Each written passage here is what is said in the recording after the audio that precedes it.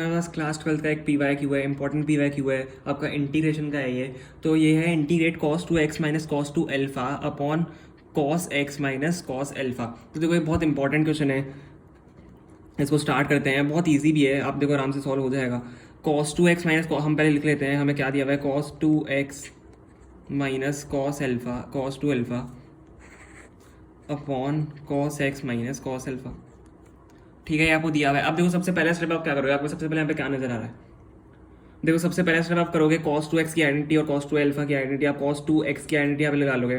तो देखो cos two x आपका क्या होता है, two cos square x minus one.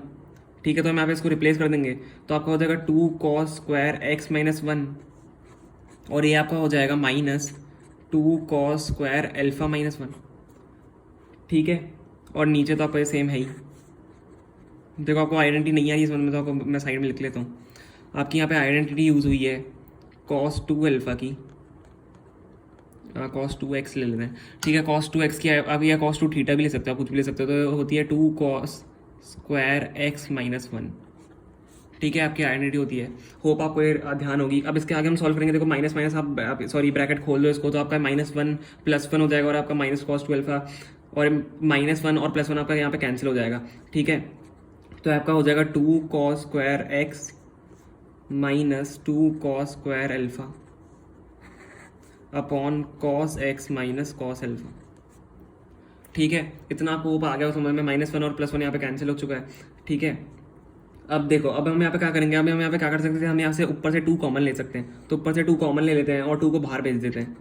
ठीक है, टू कॉन्स्टेंट है इसलिए हम उसको बाहर भेज सकते हैं। तो cos x minus cos alpha cos square alpha, okay, cos square x minus cos square alpha, और नीचे आपका आ जाएगा cos x minus cos alpha.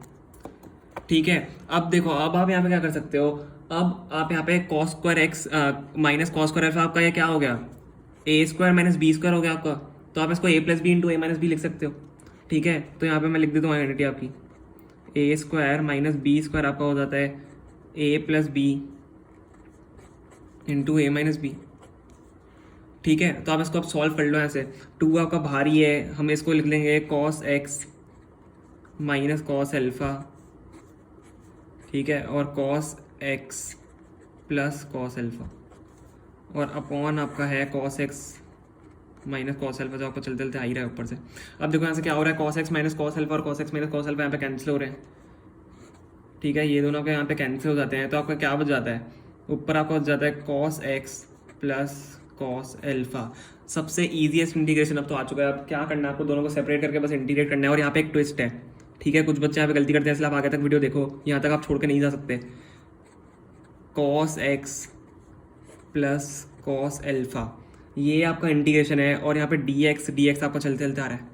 ठीक है, हम क्योंकि एक्स रेस्पेक्ट में कर रहे हैं इसलिए डी एक्स है। अब यहाँ पे क्या हो रहा है, टू कॉस एक्स का तो आपका इंटीग्रेशन क्या हो जाएगा, साइन एक्स।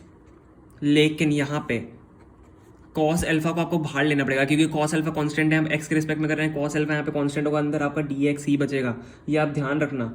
ठीक है, तो आपका ये क्या हो जाएगा, यहाँ पे आपका ये हो जाएगा अच्छा, यहाँ पे कॉस एल्फा हम बाहर ले लेते हैं, और आपका इंटीग्रेशन हो रहा है यहाँ पे डी एक्स का। ये सबसे इंपॉर्टेंट स्टेप है, आपको ये ध्यान रखना पड़ेगा।